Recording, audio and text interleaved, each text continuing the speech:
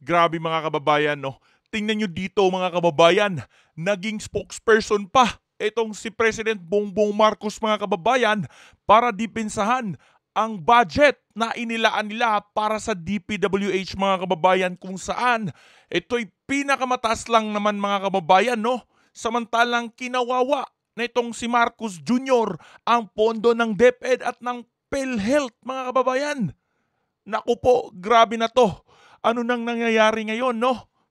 Inilaan nitong si President Bongbong Marcos mga kababayan ang pinakamalaking pondo sa DPWH kung saan nauna nang sinabi ni Attorney Harry Roque na halos kalahati ng pera dito ay napupunta sa mga bulsa ng pulpul na mga congressman o politiko mga kababayan, no? Alam naman natin mga babae na mag-e-election na at kailangan nila ng pondo, no? Kaya siguro dito nila nilaan sa DPWH budget mga kababayan, no? At dito nila kukunin itong mga pondo na pambiling boto nila mga kababayan, no? So kung napapansin nyo mga kababayan, no, tuwing mag-e-election ay sinisira ang mga kalsada kahit maayos pa mga kababayan, no? So kahit sino dito, kung may nakita ka dyang sinisira ngayon na kalsada dahil mag-election na, comment down below mga kababayan.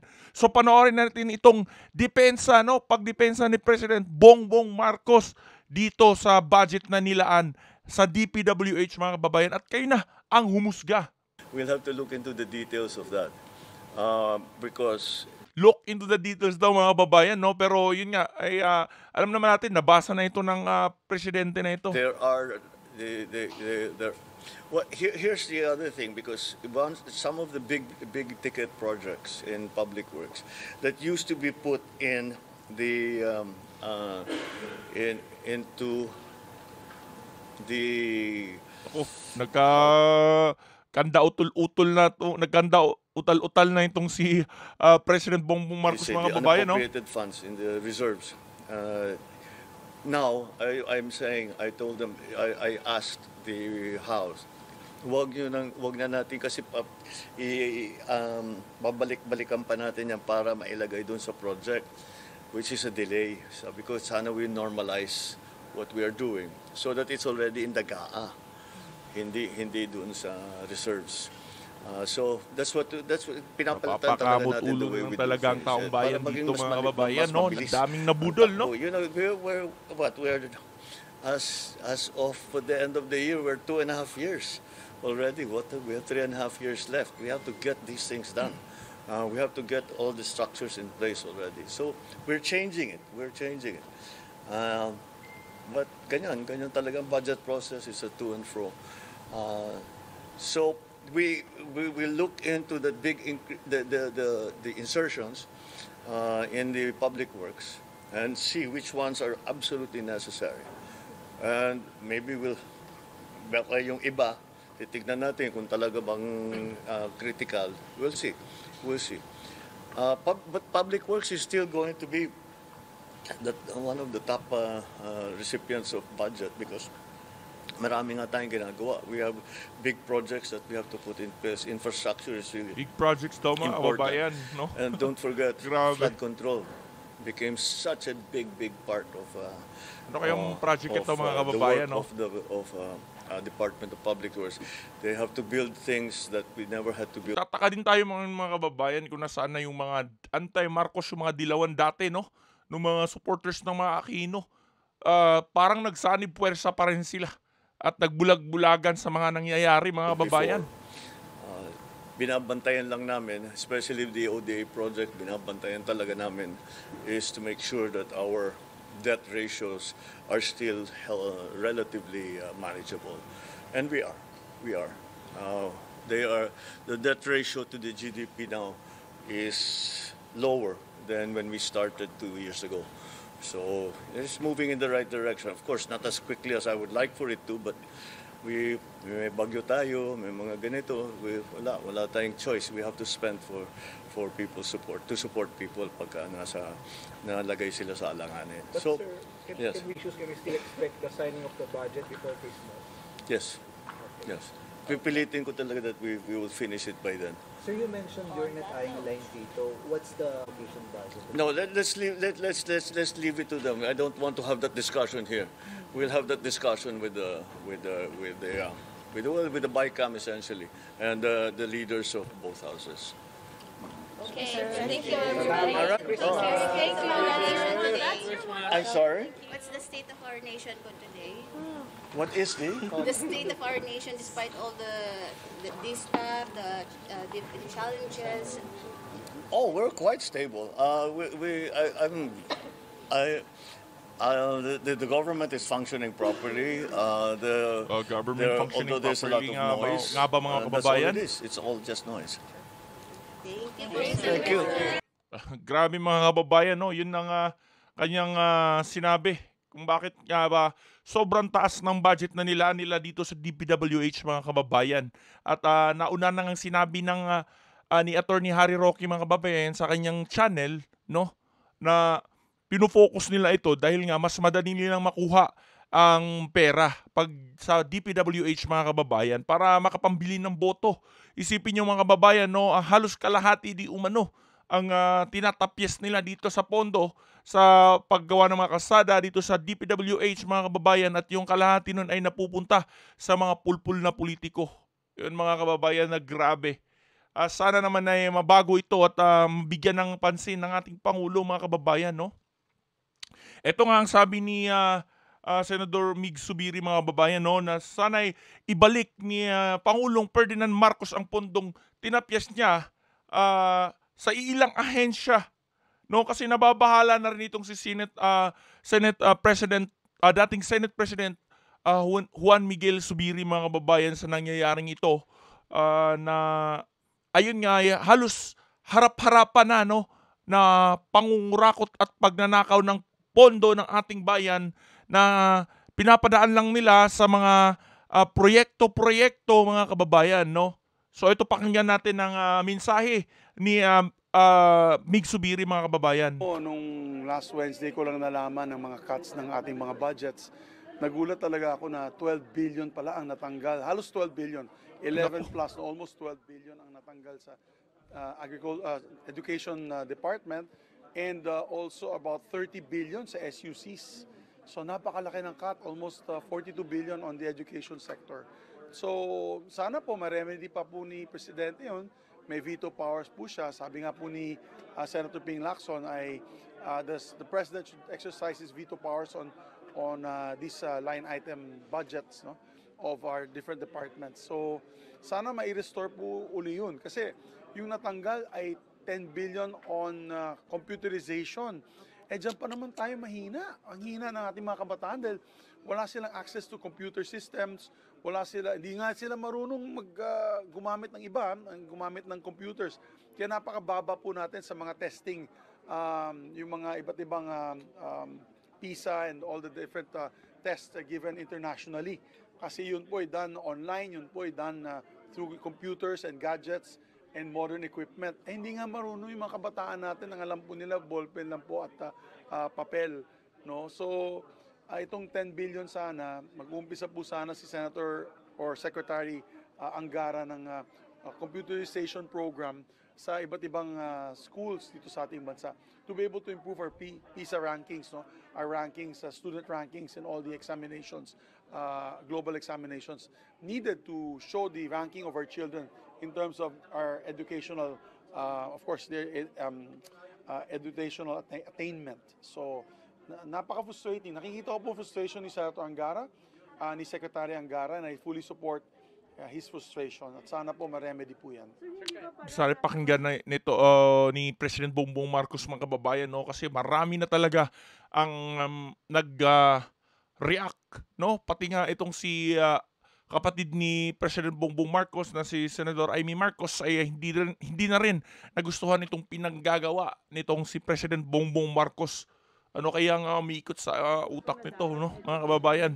Correct. Under Article 5 of the Constitution, education should have received the highest priority in the budget of our country, budget of Congress, coming from Congress.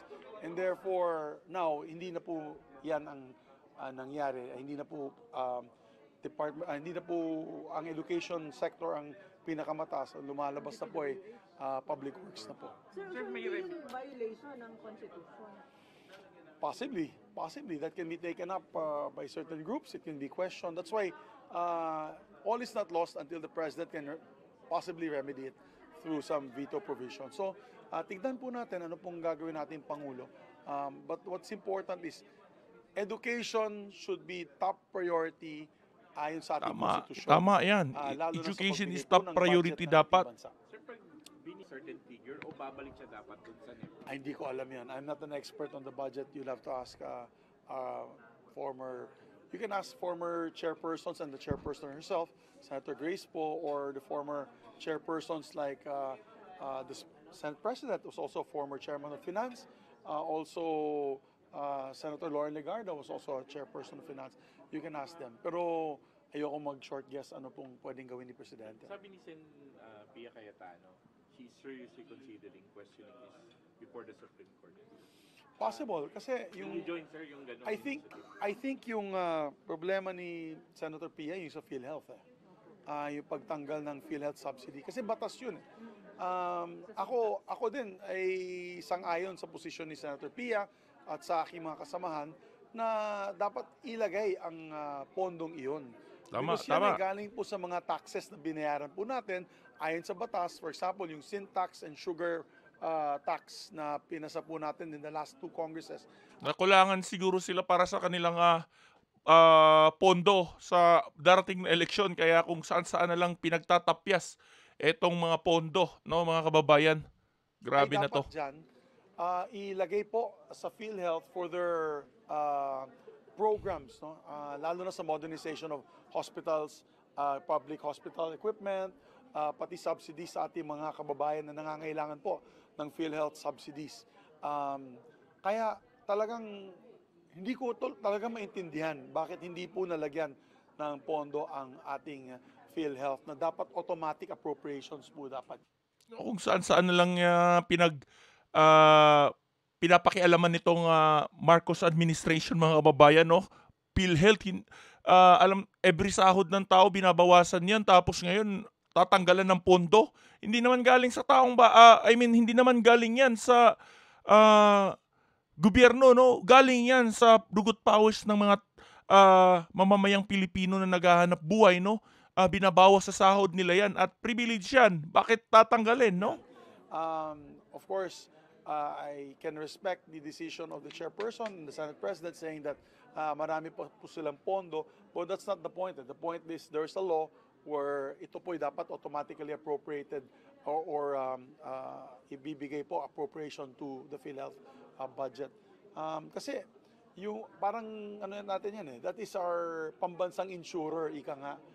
Yan po yung ating pambansang insurance na lahat ng ating mga kababayan under the new PhilHealth Act is availing, whether you're registered or not, kayo po ay babayaran ng PhilHealth.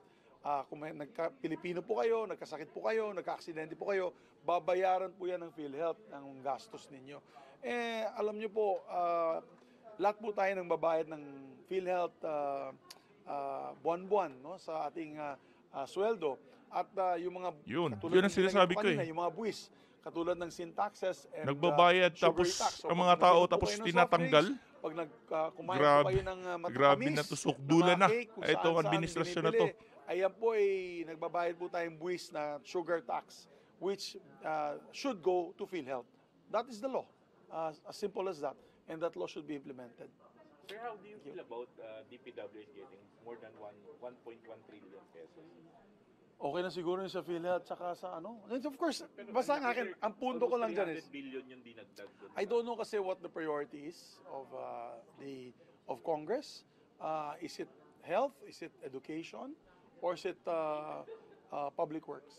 So, ang akin lang naman, I'm just quoting the Constitution, Article 5 of the Constitution, specifically states that education should get the biggest chunk of the budget. So, nakita na po kayo after, nagkaroon na po ba ng meeting yung mga senador after the BICAM? And parang madaming medyo hindi happy doon sa... Wala nakita nyo naman yung statement. Nag-speech din ako, di ba? Pinost ko yung speech ko tungkol sa DOST na sayang dahil palagi natin sinasabi na walang pag-asa yung pag-asa.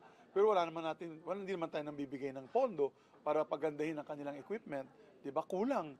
At itong taon sana, under our Senate Committee report, naglagay po tayo ng pondo para sa improvement ng kanilang Doppler radar facilities. Natanggal po yan. Yung FIVOX, dagdag ng monitoring equipment, natanggal din po yan dahil nga hindi ko alam, hindi po kami Yung ano yung mga importante pinagtatanggal mga kababayan, no? Tapos yung mga walang kaimportante-importante ay ang tinaasan pa ng pondo, na-inform no? na itatanggal Grabe pala. talaga. Kaya kawawa yung mga taga Mount Canlaon kasi kulang nga yung monitoring equipment nila doon at sa iba't ibang mga lugar na may mga bulkan at posibleng earthquakes, no? So these are the things na we can't blame them anymore for Ito sana yung pinagtutuunan ng pansin ng mga pulpul na congressman, no? Imbis na puro paninira at pagpapa-impeach dito kay VP Sara Duterte ang inaatupag ay pagpapa-improve, no, ng ating efficiency, bansa. lack of effectivity. Kasi may kakulangan ng gobyerno eh. Wala talaga tayong magawa. May kakulangan talaga, pinondohan natin lalong-lalo yun. na ngayong administrasyon na Bakit ngayon. hindi natin napondohan? Di ko talaga masagot. Hindi I pa think pinondohan, the no? leadership should be the one to answer that. The leadership should be the one to answer. I no? said I voted with a heavy heart kasi ayoko naman na I'll vote no for the other good programs kasi may magaganda namang programa na nadagdagan dyan sa ating budget. Kaya yung masama lang na loob ko dahil may mga katulad niyan, di ko nga alam. Nalaman ko na lang yung 12 billion tsaka yung 30 billion cut ng SUC. Nalaman ko na lang after the vote. I learned it only that evening, nung gabi. I would have abstained or I would have voted not in favor if I knew that ang laki pala ng cut ng mga educational needs ng ating mga kababayan, no? Kabataan. Grabe itong ginawa na to. Yun mga kababayan, nakakadismaya talaga, no? Pati mga senador ay hindi nagustuhan itong ginawa ng Marcos administration para sa budget ngayong 2025 mga kababayan, no, kung saan tinapyas nga ang malaking pondo sa DepEd at saka sa PhilHealth mga kababayan at yun nga tinaasan ang pondo dito sa DPWH mga kababayan na yun nga sabi ni Harry Roque ay gagamitin umano ito para sa darating na eleksyon dahil halos kalahati doon ng pondo dito mga kababayan ay dun sa bulsa ng mga politikong kurap mga kababayan. So, ano masasabi mo dito mga kababayan? I-comment mo lang dyan sa comment section below at huwag mong kalimutan na i-share ito para mapanood ng maraming Pilipino saan mang sulok ng mundo. Mag-ingat kayo lagi mga kababayan hanggang sa susunod na video natin.